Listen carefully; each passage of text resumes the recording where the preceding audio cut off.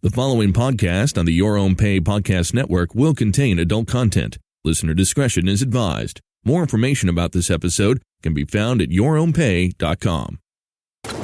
Hey, bro, let's get into this thing. It's Demasi and Michael, just talking tech. Start with the Wyze scale, man. So wait, we haven't even started the show. Wait, are we starting the show? Is this the show? I think this might be the show. We'll just jump right into it. I'll do some cleaning up with the editing and we'll get creatively into it. So starting with the Wyze scale, it's a it's advertised as a $20 scale, but there's $8.95 shipping. And if you go to Amazon and you order it off of Amazon, which I did not, I ordered it directly from Wyze, the scale price is $28.95. So instead of saying the $20 scale, I'm going to say the $28.95 scale, which still is not bad for what you ultimately get. And that is a Bluetooth connected smart scale. We've had it since Monday. If you head on over to yourownpay.com/DM49, right? Yeah. Yes. So if you head on over to yourownpay.com/DM49, I will include a unboxing video that Nicholas and I did. It's not the most clear unboxing video, but we did go through it. Nicholas read the little sticker that was on it, gave him some reading time, and then he got distracted by the bubble wrap, which is typical of a 10-year-old boy. So there will be that video that I'll put up there because I need to start getting back into YouTube, and that was my plan, is to use that video to get my YouTube going again. Recorded on the Pixel 3 using Android 11. My initial thoughts for the Wyze scale, I think, didn't I text you, Demasi? It was, this is underwhelming or something. I think that was the words that I used. And the more I use it and the more I become familiar with the way it laid out. So let me start from the beginning. When you order from Wyze.com, you can set up an account that you can track your shipping information from. That account is the same account that you use to sign in to Wyze. I, for some reason, was thinking it was a different account, so I went to set up a new account. It's like, you already have an account. And I'm like, oh, okay, so I'll use one password and log into my Wyze.com account, which is the same account. That's perfect. Unfortunately, what you run into is several unlabeled buttons. Over at yourownpay.com/DM49, I'll also paste in the description that I sent to Wyze about the unlabeled buttons and what I was able to discover. Now, since I started contacting Wyze, and I have not heard anything back from them. Side note, if you email their dev email that they have on Google Play, they say, we're sorry, this is an unmonitored email address, and you must go to our support page to contact us. Kind of frustrating. There are some unlabeled buttons, and I set up my profile on the Wyze app with Mallory's assistance. For example, I could not enter in what year I was born, and when she went to take it over, she said, hey, Michael, since when did you become a female? And I'm like, what? No, that's not what I meant to check, because it was an unlabeled button. So there's a lot of unlabeled buttons that kind of make it difficult. And again, this is on the Android side of things. I can't speak to iOS yet. That make it difficult to set up the scale on your own. I do like that it'll track your weight, and you can push that data into Google Fit once you find the proper unlabeled button. By the way, over at the show notes, I do give you that information for where to find that button. And then what I do like about it, because my mother passed away in 2012, right after her 40th birthday, because of heart condition. We don't know exactly what the heart condition was, but her heart pretty much stopped. And Andrew was diagnosed with a slight issue with his heart that prevented him from doing sports for some of this school year. Sounds like things have straightened up, and I can't give you exact names, but needless to say, has me a little thinking about my heart and are you working right and everything like that. So the scale, the primary reason why I wanted to pick it up is to be able to accessibly get my weight and see how much I weigh for a potential campaign of losing weight in the near future. Second thing that was an added benefit is it will give me my heart rate data and tell me how many beats per minute my heart is beating at. And then it will also, once you have it all set up properly, drop that data into Google Fit. Because right now I don't have a wearable. I haven't found an accessible wearable technology. So that became slightly concerning, and something that I wanted to explore is being able to keep track of my weight and keep track of my heart data. There's a lot of other information that it gives you, and it's pretty nice for $28. if they could fix these unlabeled buttons, it would be even better. But I don't know of an accessible bathroom scale for under $30. Do you? Not one that I've heard of, no. The probably closest thing that I have seen is not really a smart scale. It's just a scale that will talk. So when you step on it, it tells you what the weight is, but that's it. Yeah, I was going to say, like, the big thing with picking up the Wyze scale is the fact that you wanted a smart scale that could push data into the health Google Fit and not have to pay $150 or more for it, because most of the smart scales out there are rather pricey. That is the one good thing about Wyze, is their products tend to be fairly cheap but well built. Like, I haven't heard anybody complain about, and you can tell me this since you have the scale now, but I haven't heard anyone complaining about like their build quality, like it feels crappy or it breaks easily or anything like that. But what are your thoughts on like just the build quality of the scale itself? Does it feel like it's going to last, or does it feel like, Yeah, it feels like it'll last. And as we outlined in the video, I was opening the box, and under the scale, it was a box inside of the box that was the 4 AAA batteries that I needed. And I'm like, oh, wait, it comes with batteries. And Nicholas was like, that's impressive, or something like that. Because as you and I both know, often you may get something that needs batteries and there's no batteries included. So I was expecting to have to dig out some AAA batteries. So I'll give them credit for that. And the build quality seems to be pretty well. We'll give it a couple more weeks and make sure it's still around, because 10, 12, and 13-year-old boys can be a little rough on stuff. The other thing that I want to mention before we either move on or continue talking about this is, if you can't get the heart rate data, so if it keeps saying unable to get heart rate or please try again, something like that, rotate your scale by 90 degrees, because if apparently your feet have to be on the sensors that are in there for it to get your heart rate. It can't just guess that information. Imagine that. So if you're not getting readings, then that is something. And then remember, you have to be using bare feet. You can't have socks or anything on, because it can't get your heart rate through socks. Makes sense. Yeah, pretty happy with it. I did look at some of their bulbs because I'm interested in those. We're renting right now, and in our house that we're renting, they have a very interesting lighting setup for a majority of the house, and the light bulbs themselves are built into the electrical system, so it's not like a bulb that you can twist out. So that is not something we can do at this time, but when we buy or rent again, depending on what we're doing, then we may look at them, or Mallory may convince me to pick her up a lamp and put one of the bulbs in there to just try it out. But right now, I don't know how efficient an Android user using the Wyze app would be unless they can get these buttons labeled. Yeah. Isn't there a screen recording feature in Android? I think so. I had it in my notification shade, but I never actually got around to trying it out before I restored the phone. And, as I told you before we actually started the show, I have not yet finished setting it up because I really don't want to have to type in my stupid long password for my Google account. Understandable. So, the other thing is with Android 11, they have put the home controls on your power screen. So if you hold the lock button, you get access to home controls. And if the Wyze bulbs would integrate with the Google Home, which I think it does, then that could be an alternative way to access that. But again, I don't have any, so I can't verify that. Yeah, they do. I believe the only thing they don't currently integrate with is HomeKit. Well, I'm pretty certain they work with Alexa and the Google Home. Yeah, I am probably going to pick up some of their bulbs because Tia wants me to replace the light bulbs in the kitchen anyway, because the bulbs she asked for, she's like, well, actually, they're kind of too harsh. And there's also a Google Home in the kitchen. So good deal you mentioned that. See, you just helped Tia get new light bulbs quicker, because it's like, I'll just go ahead and buy some Wyze bulbs now because I can play with them with the Google Home. Android 11, you haven't got your Android device set up yet. Have you heard anything about Android 11 yet? I listened to this week's All About Android, so that would have been published on June 16th.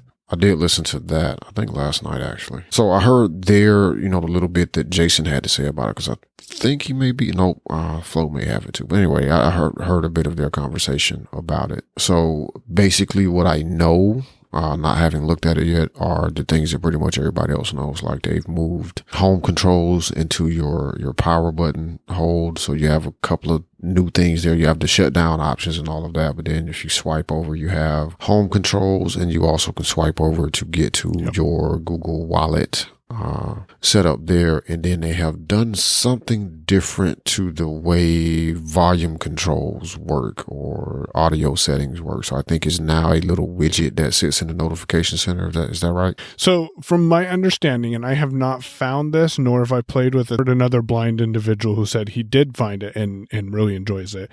You can, it feels like I'm Easter egg hunting. You can pull open the notification screen, and at the top of the notifications where your media playing is, so let's say we're listening to Pocket Cast, and that could be why, is I've never expanded that Pocket Cast notification. You can control, okay, I'm listening to this on Bluetooth right now. I want to swap it over to my phone speaker. Instead of having to disconnect your Bluetooth and then start playback again, you can just hit that button and reroute that audio. I presume that will be, if not already, an option to cast that audio to other home connected speakers if you can't already. So you can start playback with your Bluetooth and then ship it over to a Sonos speaker, for example. I don't think you can do that right now, but you know what I'm saying. Yeah, gotcha. So even though I haven't tried the audio switching in Android 11, I will say one thing I am very fond of, and it took me a minute to realize what it was doing, and of course I needed to read some documentation, but Android 11 now puts all of your messages or conversations at the top of your notifications. So if Mallory sends me a message and I get a notification from Robinhood, if Mallory sent me a message 20 minutes ago and Robinhood notifies me 5 minutes ago, Mallory's message will show up above Robinhood's, because I presume Android expects that you'll want to respond to messages that you get before you want to respond to any other notifications.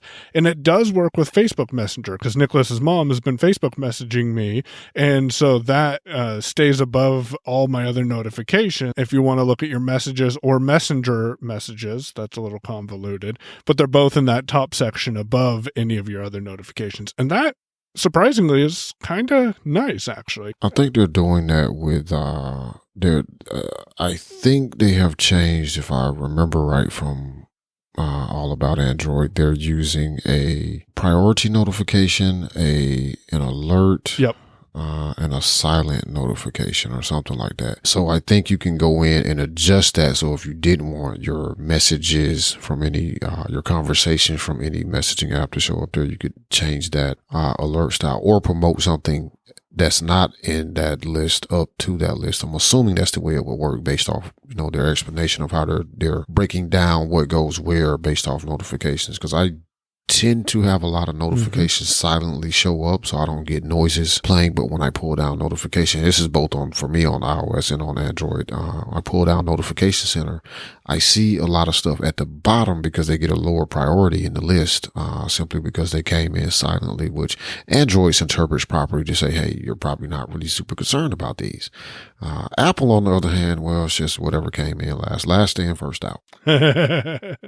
Yeah, so that's probably my favorite feature. The other thing that we did mention in a previous episode when we were talking about upcoming features is, and I just verified this because I hadn't noticed it, because I don't spend that much time in settings, but in settings, there is a back button itself now, so you can tap on back instead of navigate up. And so I hope I'll start seeing that in other places. And then the last thing that I will mention is not necessarily an Android 11 feature. It is available in Messages Beta that you can get access to in the Play Store, is you can actually react to messages for other Android users who are on Android with you. Mallory, because she is not on the Messages Beta, gets her message back that says Michael smiled or something like that to it. Kind of like what happens if someone reacts to a message and you're on Android. And then being able to send voice messages is super convenient. And you can supposedly remind yourself of messages, but I have not gotten that to work efficiently yet. So Demasi, we've been talking a lot, or I've been talking a lot. What are your thoughts about this rumored ARM or ARM Mac coming up? So It has been my suspicion for a while, and a lot of people, I'm not, special in my thoughts on it, that Apple has been moving towards this simply because they have been beating the competition with their custom silicon chips for their iOS devices. So it only made logical sense. And also knowing the history of Apple as a company, Apple tends to, this is one of the places where my thought processes as a person running a business, and dealing with, the things you have to deal with, infrastructure, all those sorts of things. I like to control as much of that stack as I possibly can, because then that means I'm not relying on a third party company that may or may not go out of business for higher level things. And Apple is a company that tends to operate like that. Like they want their connections with other aspects where they have to go to a third party for something to be rock solid, and they want to be in charge of as much as they possibly can. So given their history for wanting to control everything that they possibly can in the process, and frankly just Intel's slippage on delivering new chips over the past decade on time, it seemed a logical step for them to take. Anyway, the rumor right now, as I know them today, as we sit here and record, are that it is possible, people are speculating that it's possible they may announce an ARM Mac, or they're most likely going to announce at least the transition to ARM at WWDC on Monday. However, or will have announced it by the time the show comes out, because developers do have to get ready for that. Like they do need to give them the time to learn what it's going to be about and how to recompile their apps to run on a different processor architecture. The rumors have been and still seem to kind of be that the first ARM Mac we're going to see is going to be early 2021. The first one that'll be available for purchase will be early 2021, and people are kind of back and forth on where they think Apple is going to go with the line. A lot of speculation as well. Why not either resurrect the MacBook, just the MacBook with the one port computer that came out in 2015, and make that your first ARM Mac, because it's a low power machine. It doesn't, professionals are not buying that to, edit video or anything like that. They're not buying it for pro level use, so it'll be perfectly fine. And ARM would give it what you really want out of it, which is decent power as well as extreme battery life. So it's either that computer, the MacBook Air gets it, like they update the Air and just put ARM chips in it, and you still have a great, nice, lightweight computer that gets, excellent battery life. And given Apple's history with their chip design, still gets you phenomenal power for what it is. And then there's speculation, and I kind of sort of fall on this side of the camp, that they may stick it in something like the Mac Mini first. And the reason I sort of fall along those lines a little bit, I lean more towards that than the laptops, is it's going to be the first iteration of it going into an actual production Mac that's out there in the world. And depending on the pain points that they're going to have to deal with during the transition process, they may not want to drop those in the section for their most popular computer, which would be the MacBook Air, closely followed by the MacBook Pro. The Mac Mini would give people, one, they could push the price down on the Mac Mini, and give people an even lower cost entry into the Mac, because now they're not having to pay those licensing fees to Intel for their chips, first of all. So I would imagine they can make the computer cheaper, as far as their development and production of it, which means that could lower the price for customers. And it's the sort of computer that is not a ton of people that buy them. So it's out there. People are going to buy it. They're going to use it. They're going to tell you about it. They're going to let you know what's wrong with it. But it's not your most prevalent Mac. Like it is not a high volume product like the laptops tend to be. Also think we're probably, let's say short term, 2 years, long term, 4 to 4.5, 5 years out from every computer that Apple sells running their own custom chips, Apple design chips. Because I do think it's going to take a longer time. They're going to have to give much more lead time for the professional level Macs. So I'm thinking of the higher end MacBook Pros, the iMac Pro, if that continues to exist as a product, and the Mac Pro. And a lot of that delay in getting that there. I don't think it's really going to be Apple and them being prepared chip wise to deliver the type of power that people expect. I think it's going to be places, companies like Adobe and other high end professional video and photography applications having to redesign their applications to run on a different architecture. But I'm excited about it. I'm actually looking forward to it. I don't think I want to try to buy the first one that comes out. You've said that before. You don't want the first iteration of something Apple produces typically. No, I don't. Not when it's a complete redesign. Tentatively, no, I don't. Because when I buy a computer, especially, like, I intend on keeping it for a long time. And usually the first iteration of a machine that Apple introduces as the first one has some sort of little gotcha, right? Not everybody experiences it, but they tend to have little bugs, and they have to work those out. So yeah, there was stuff that was wrong with the Mac Pro when it first came out, and they fixed most of that, if not all of that, with subsequent, point updates to Catalina. But, there were still random issues that apparently were not experienced inside of Apple doing testing. So I am excited about it, though. I think it does two things. I do have concerns, like, what about VMs? Like, what are we going to lose during this transition? I think are the things that I'm most concerned about. I'm not really concerned that they're going to lock down the Mac and now you're only going to be able to buy stuff out of the Mac App Store, because I just don't think that's a route they would choose to take ever. They could put more barriers in the way of installing things that are not signed or not from the App Store or whatever, but I don't think they would completely remove that capability. I don't think that's one of the iOSifications of Mac OS that we're going to see, is like, you can now only get things out of the Mac App Store, simply because it doesn't make sense. It does not make sense on a lot of levels. So you're saying you're thinking they're not going to make everyone use Catalyst apps then? No, I don't think so. I don't think so. I hope not. Honestly, Catalyst. Please no, Apple. Catalyst is just a stopgap. Like, it's a shitty stopgap, but it's just a stopgap, to be honest. Because what they're really targeting and where they're wanting people to move to is Swift and Swift UI. Because Swift code is, Swift is their new development language that they want everybody to start using, get away from Objective-C. And Swift UI is the new way to build the interface. So from a developer standpoint, I don't think they're quite there yet, or at least I don't think it's as easy as, they want it to be. I know it's most certainly not as easy as a lot of developers would like it to be. But the long-term goal for Swift UI is that is going to replace the different UI builders that we've had on Mac OS and iOS. So iOS's UI builder is, I think, called UIKit. And on the Mac is AppKit. And that's just how you design, how a developer would design the interface of the app, like building out the different components that make up the interface of the application.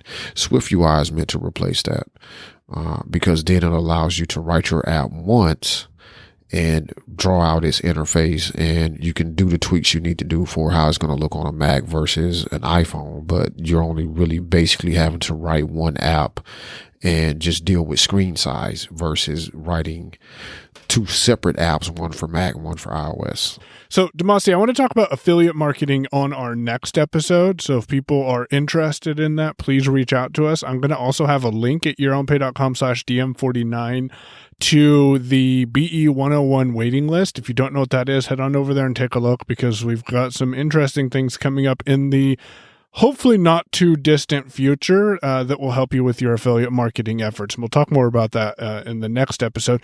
But so that leaves me with these last two topics that I have in here, and I'll summarize them real quick for people who are listening. Oh, and by the way, we appreciate all the feedback we've received. It's been some positive and negative feedback that we've gotten about the podcast content in the last couple of weeks.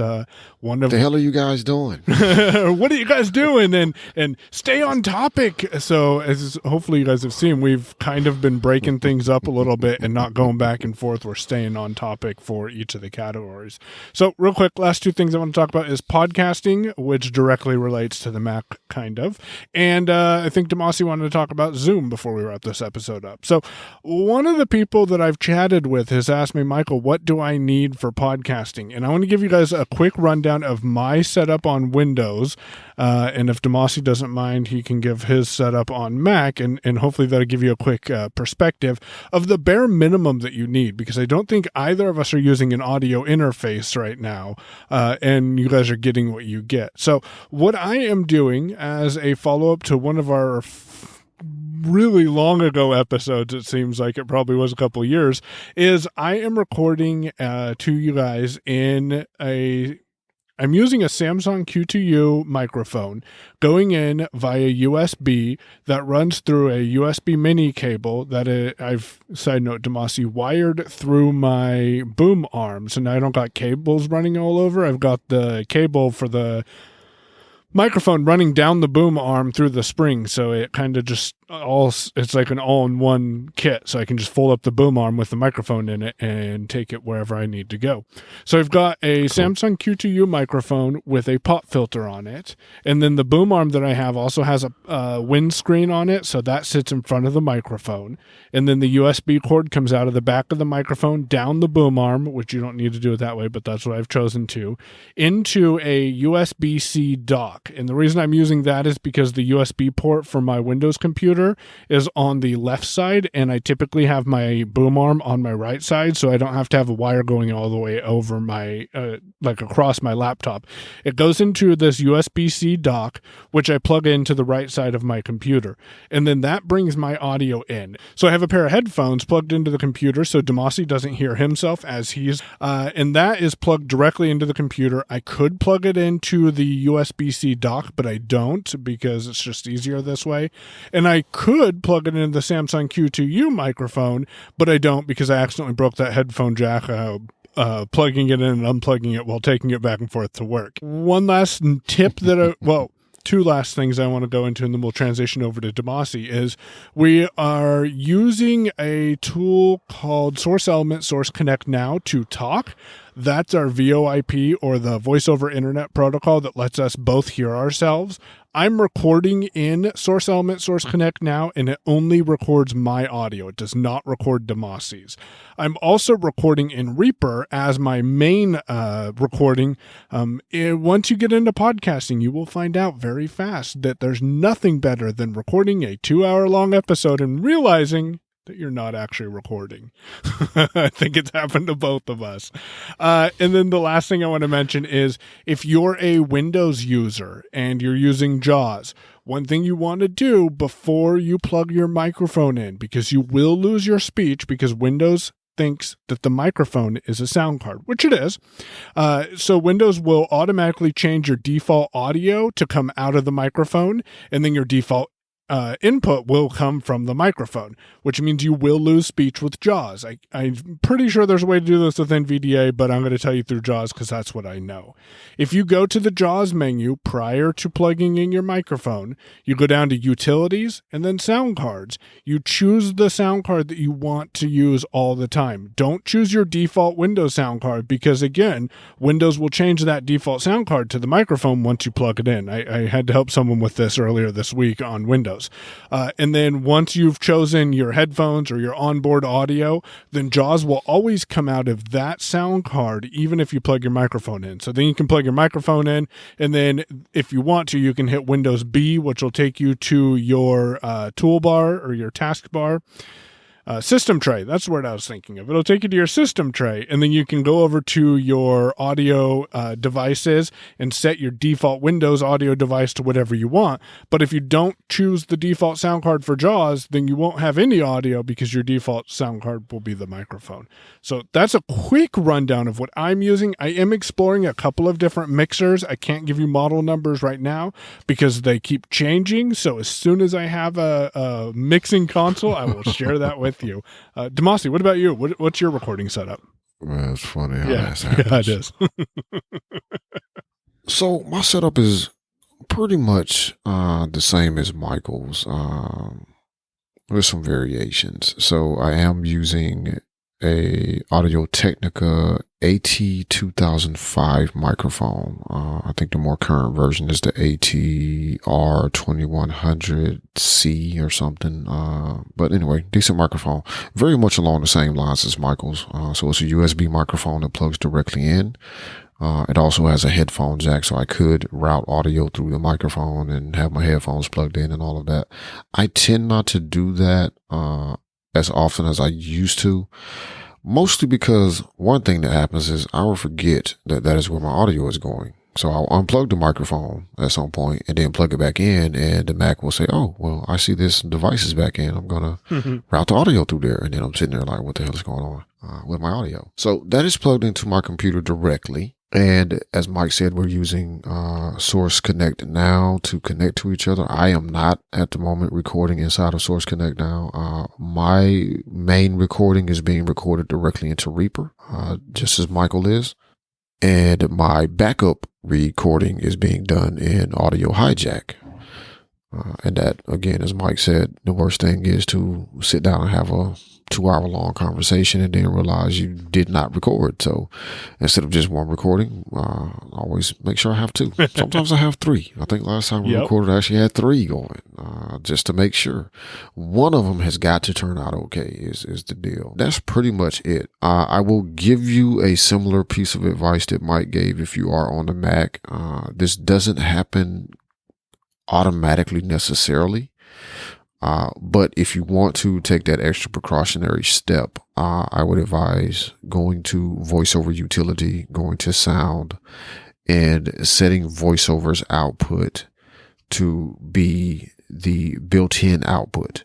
And what that means is that if there are no headphones plugged into the computer, VoiceOver will come out of the speaker. When you plug in headphones, it will automatically switch VoiceOver to coming through your headphones. I think that may not necessarily be true with the newer Macs with the Touch Bar T2 chips, but that will protect you from potentially plugging in an audio device and having VoiceOver automatically switch there because the Mac decides it wants to make that the default system output. And of course, you can always go adjust it once you're, satisfied or exactly where your sound is coming from. I don't do that, again, as much as I used to because it doesn't quite happen automatically to me anymore. But I think it's just more because of how I have my system set up and I never use the output from the mic. The input, I never use the microphone as the output for the computer. So the Mac has, I guess, intelligently learned that I shouldn't do that. However, occasionally, sometimes you may plug it in and then there's no sound. You just unplug it. But that's pretty much it. So for getting started, kind of what I tell people is, start where you can.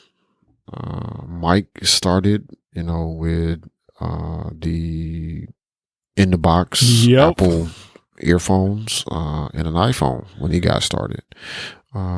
It's not the best sound quality in the world, but at the same time, I'm going to be honest, even if you're sitting at a computer, your headphones with the microphone on them are going to sound significantly better than the built-in microphone on your laptop or desktop. So start where you can as far as equipment. The USB mics, both the ones that we have mentioned, Mike's Samsung QU is Mike. Q2U. Yeah, there you go. See, I can never get those right. That is a good microphone. The Audio-Technica AT2005 is a good microphone, and the Audio-Technica ATR2100 is also a good microphone. I cannot speak to any other USB microphones other than to tell you which ones you probably shouldn't buy. But other good USB microphones I can't really speak to because the ones I'm mentioning to you, I have either used them myself. I personally know somebody is using them in the case of Mike with the Samsung. And there are tons of other people on the internet who will tell you the exact same thing that I just said. Those are really good microphones to get started with. They're even good microphones just in general. Mm-hmm. So they're very good quality microphones. What you should not do, which is what a lot of people do when they want to start a podcast, don't go out and buy a Blue Yeti. That is not the microphone to do a podcast.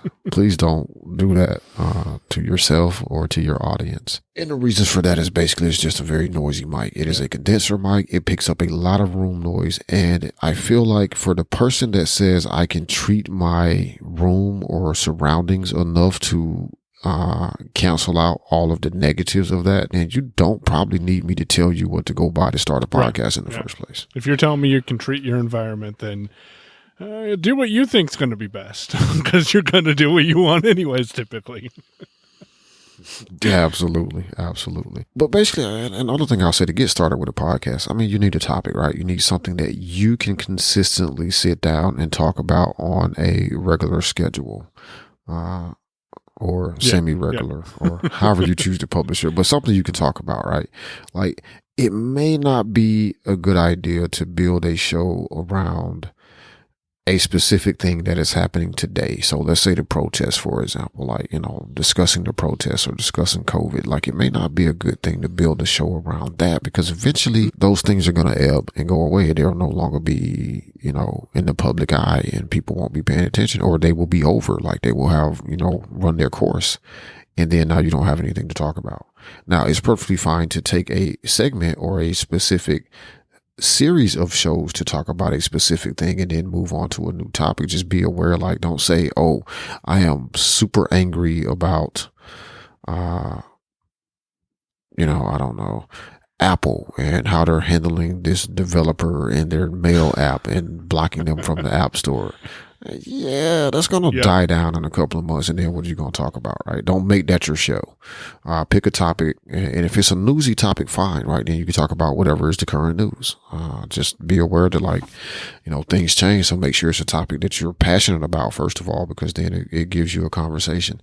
The reason me and Michael are able to sit down, oftentimes, more than you will ever know, sit down without any sort of document in front of us, any sort of notes, any sort of outline, and still produce what to me turns out to be a pretty good show, is because we're talking about the stuff that we care about. We're having basically the same sort of conversation that we would have if I just called Mike up on the phone. I was like, hey, Mike, what's going on? Let me tell you about this thing that just happened. And then we start off on that, and then we have a whole nother 30, 45 minute conversation like that. That's what we're doing.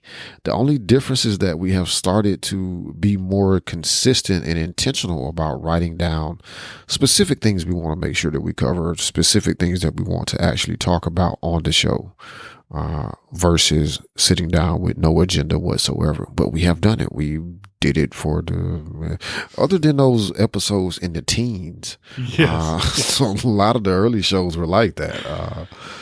So that's what I have to say about getting started with a podcast. There's much more information that you can probably find out. One, by just browsing around yourownpay.com. Mike has covered this topic Multiple quite times. a bit on not just what you need to start a podcast, but what are the things you need, what's the foundation you need to have. So podcast hosting, all of those sort of things, or just reach out, go to yourownpay.com and, drop Mike a comment or, Or reach out to me on Twitter, because if you drop me a comment, it's going to fall into that spam of 82,000 comments that I haven't gone through yet. So yeah. So yeah, probably Twitter is going to be your best bet. At Payon, PAYOWN on Twitter. Yeah, just do that. Yeah. So. And then record, if you're, one last thing I want to throw in, and then if you want to transition into Zoom, then we can, is don't rely on the tool you're using to connect you and your remote host or remote guest to record. If at all possible, please, each of you record on your own end and bring them into an audio editor. It'll give you a lot cleaner of editing. Or a lot cleaner of a sound. Absolutely, man. We'll have to come back and revisit this topic and explain some more. Yeah. Because, Mike mentioned that he's recording in Source Connect. I am not. Source Connect does allow you to record. We have never, I don't think we've ever sat down and recorded using this tool and just strictly depended on their recording. We have used one time we were going to, I got a phone call, or someone came to the door, and I closed my laptop before it was done downloading. And I'm like, Zamasi, that was one of the episodes. Remember when I had to dub in my side of the entire conversation? That was a rough one. Yeah. So yeah, there's that. Like Mike said, try to record your end. There are things like Zencaster, etc., that will kind of do basically what Source Connect does. It will allow you to speak to the people as well as allow them to manage recording on their side. But you always want to try to get a local recording if possible. Look, though, to be honest, if you get started and like all you can do is use Zoom and take the Zoom recording, like it's a show. I mean, people do it. Yeah. Do your best to clean up the audio. Use a tool like Auphonic. We'll link to Auphonic in the show notes at yourownpay.com/DM49. Auphonic is an amazing tool for helping to clean up audio, especially if you're not a professional at doing audio restoration / cleanup. You're not a professional audio engineer. Auphonic is an amazing tool. So we'll drop a link in the show notes for that.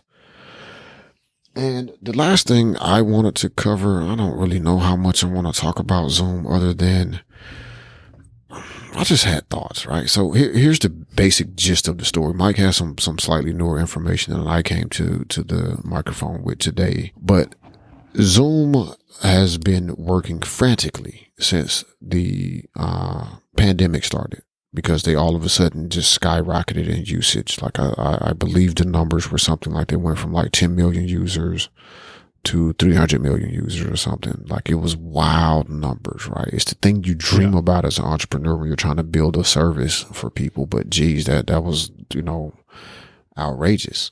And as they started to deal with that influx of customers, they, people, because people were using it now, certain people started poking around at it and started noticing little flaws and little gaps in their security architecture and their functionality.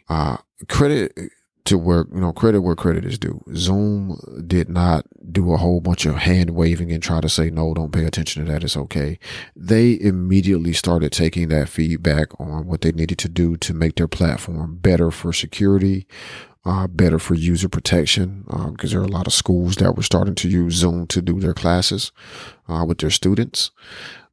They did work on that stuff and get it turned around. I have to give them credit. Like you very rarely see a company that gets kind of caught out like they did handle it as well as they did. They did truly handle it quite well. There's been some stumbles here and there, but generally overall, they handled the process fairly well until recently. So Zoom outlined a plan. They actually went out and hired a whole bunch of people as consultants, and they snatched up a team of people that were doing some interesting stuff with crypto over at Keybase, so that they could build an infrastructure to make their meetings securely and truly end-to-end encrypted, where Zoom's not managing any keys. Your whole meeting is private. Everything is encrypted. They can't poke at it without you giving them some permission to poke at it, things of that nature. And the paper, there's a white paper, and I will drop a link to it in the show notes for those of you who are interested to read it or even read the summary of it. Very detailed in how they were going to build this out in a way, because I'm going to be honest with you. This sort of dealing with encryption stuff is well beyond my capability, because you're not only having to secure a connection, say from me and Michael, but from me to Michael, from me to Johnny, from me to Abby. And then you also have to do the round robin, right? So from Abby to Mike, from Abby to Johnny, from Abby to me, from Johnny to Mike, from Johnny to me, from Johnny to Abby, right? So everybody's connections to each other have to be directly connected, but everybody still needs to be able to see, hear, speak to each other. It's a very difficult problem, very difficult. And honestly, Zoom has said this. Nobody else is doing their encrypted meetings in the way that they're trying to do it. Nobody else is doing it. Your connections are encrypted. Don't get me wrong. Like your connections with your meetings, with anything, Zoom, Hangouts, Meet, Skype, they are encrypted. However, they terminate in the data center of whatever company runs the service, and they have the decryption keys so that they can make sure everybody's connections are able to talk to each other, which theoretically means that they could insert themselves in the conversation. Now, in most cases, it's not possible for them to insert themselves in a conversation without you being aware of it, because there'll all of a sudden be a new avatar in the room. It's like, wait, who's the Google guy? Where'd the Google guy come from? Who brought the Google guy? So Zoom was really tackling a big problem, but the paper that was written by some very well respected cryptography people in the industry outlined a way to do it that made sense. Like, it made sense to me. I could not have done it, and I most certainly could not have come up with the strategy, but it made sense to me from my understanding of security and infrastructure and encryption. However, Zoom made a mistake, and I don't say that they made a mistake in the sense that they did something wrong. I think they mishandled the situation. The internet was all up in arms about it because during an analyst call for Zoom, the Zoom CEO said that this new high level of secure end-to-end trust no one encryption was going to be only for, at the time, enterprise level accounts.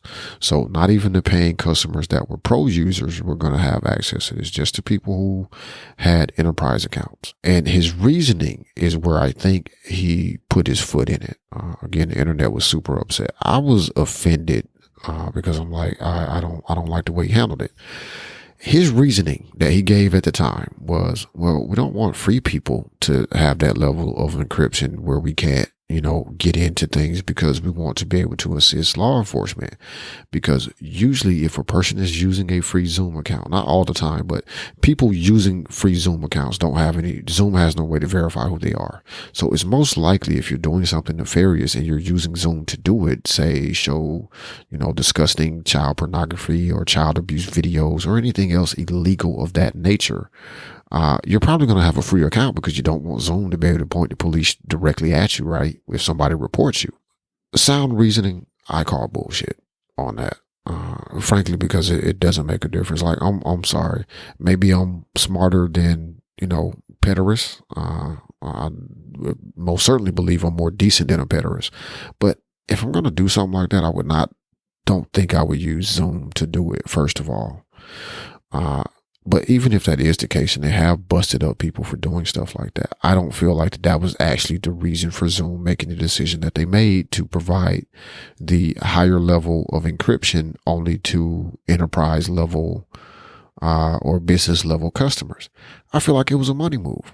It's going to be expensive to implement this system. It has already costed them a lot of money hiring people to come on and consult with them to help them figure out how to do it, let alone the costs for rolling it out and getting it implemented. So we're going to make it a enterprise business level feature because it costs money and we got to make money. He could have said that and I would have been like, all right, cool. I don't like that everybody's not getting the same level of protection, but I understand it. Right.